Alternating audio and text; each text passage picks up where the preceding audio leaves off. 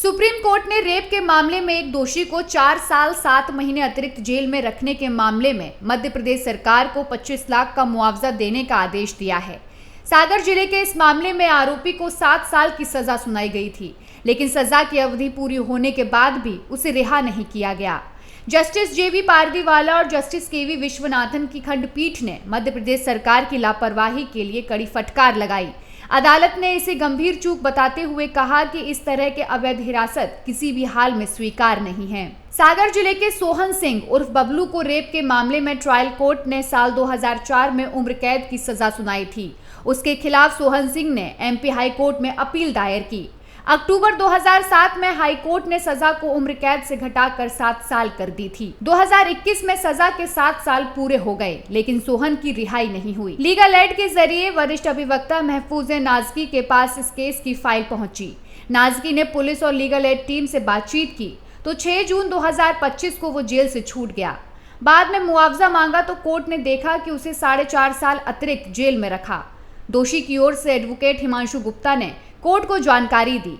उसके अनुसार 4 साल 7 महीने की अतिरिक्त कारावास की सजा को ध्यान में रखते हुए मुआवजे का आदेश दिया गया। 2004 ट्रायल कोर्ट में आजीवन कारावास। 2007 एमपी हाई कोर्ट ने सजा घटाकर 7 साल की। 2021 सजा के 7 साल पूरे हो गए। जमानत के दिन छोड़कर 4 साल 7 महीने ज्यादा जेल में रखा। 2025 6 जून को दोषी को रिहा किया गया। 2025 अगस्त में मामला सुप्रीम कोर्ट पहुंचा। राज्य सरकार से जवाब तलब किया गया। 8 सितंबर 2025 को 25 लाख रुपए मुआवजा देने का आदेश दिया। जेल से रिहा होने के बाद सोहन इंदौर में एक फैक्ट्री में सिक्योरिटी गार्ड की नौकरी कर रहा है। जेल में बिताए उन दिनों को कोस रहा है जो शासन प्रशासन की भूलवश जेल में गुजार दिए। अब सुप्रीम कोर्ट ने राज्य सरकार को फैसला सुना दिया है कि सोहन सिंह उर्फ बबलू को 25 लाख का मुआवजा दिया जाए। वे कब मिलता है हम भी इंतजार करते हैं और सोहन तो इंतजार कर ही रहा है। सुप्रीम कोर्ट ने यह भी कहा कि ऐसे केस और ना मिलें, जेलों में उनकी पड़ताल कर लें। आपको हाई कोर्ट ने 7 साल की सजा सुनाई थी, लेकिन सजा के अलावा आपने 4 साल 7 महीने एक्स्ट्रा जेल में बिता दिए। आपको जेल में पता नहीं चला कि 7 साल पूरे हो गए हैं? नहीं, मेरे लिए ये कोई पता नहीं चला। मेरे बच्चों ने 1-2 बार वकील साहब से पूछा तो ना उन्होंने कुछ बताया और जेल विभाग वालों ने भी मेरे लिए कुछ नहीं बताया। मैंने 8 साल बाद जब एक बार जेल में कंप्यूटर पर दिखवाया, उन लोगों ने बोला कि तुम्हारे लिए जो आजीवन की सजा थी तो वो बरकरार है, जहाँ की तहाँ सजा रही हाई कोर्ट से। आपको ये कब पता चला कि आपको सजा के बाद भी 4 साल 7 महीने आपने जेल में ज्यादा गुजार दिए हैं? कोई मिलने नहीं आया आपसे या फिर जेल प्रबंधन ने भी आपको नहीं बताया कि आपकी सजा पूरी हो गई है? जेल जब मैं छूटा तो मेरे लिए मेरे वकील साहब में जो विधिक सहायता वाले सागर थे, जो उन लोगों उन्होंने बताया और उन्होंने कोशिश करके मेरे को छुड़वाने की कोशिश की तो छुड़वाया। अब राज्य सरकार आपको 25 लाख मुआवजा देगी, ये कब पता चला आपको और कैसे पता चला? इन पैसों का आप क्या करेंगे? ये भी मेरे लिए वकील साहब ने ही बताया, दिल्ली वाले को, दिल्ली से फोन आया था कि तुम्हारे वकील साहब ने तुम्हारी लेटर लगाई है और इसका ऐसा भुगतान मिलने वाला है तुम्हें जी। तो मेरे को वकील साहब ने बताया और जो पैसा मिलेगा तो मैं इसको अपने घर परिवार में यूज करूंगा, बच्चों का भविष्य बनाऊंगा। जो अपराध आपसे हुआ है उसका आपको पश्चाताप है या आपसे गलती से हुआ था या आपको फंसाया गया था?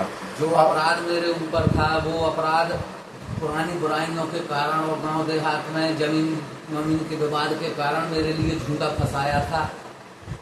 जो 25 लाख रुपए आपको मिलेंगे उसका परिवार के साथ मिलकर आगे क्या करेंगे? अब परिवार के साथ जो भी उसमें अपन कुछ भी कर सकते हैं, कोई धंधा पानी जमा लेंगे या इंदौर में रहते हैं तो यहाँ मकान मिल जाएगा या प्लाट को खरीद लेंगे। ओके, धन्यवाद। लीगल सर्विसेज अथॉरिटी का मामला था। याचिकाकर्ता को सजा से अधिक समय तक जेल में रखा गया था। जिला सत्र न्यायाधीश सागर द्वारा 2005 में याचिकाकर्ता को आजीवन कारावास की सजा सुनाई गई थी, जो कि 2017 में माननीय उच्च न्यायालय जबलपुर द्वारा घटाकर 7 साल की सजा कर दी गई थी। जब हमारे संज्ञान में आया तो हमें पता चला कि जून 2021 में उन्होंने अपनी पूरी सजा काट ली है, लेकिन वो फिर भी रिहा नहीं हुए। इसका संज्ञान लेते हुए एडवोकेट महफूज नास्की ने एक पत्र एमपी लीगल सर्विसेज अथॉरिटी को लिखा और 6 जून 2025 को याचिकाकर्ता को रिहा करा लिया गया। जुलाई 2025 में उनके लिए एक याचिका फाइल की गई जिसमें कन्विक्शन को चैलेंज किया गया और इलीगल इम्प्रिजनमेंट के लिए कंपेंसेशन की मांग की गई। माननीय उच्चतम न्यायालय ने इस मामले की गंभीरता को समझते हुए 25 लाख का मुआवजा याचिकाकर्ता को प्रदान किया और यह आदेश दिया एमपी गवर्नमेंट को कि वो ऐसे अन्य केसों का संज्ञान करें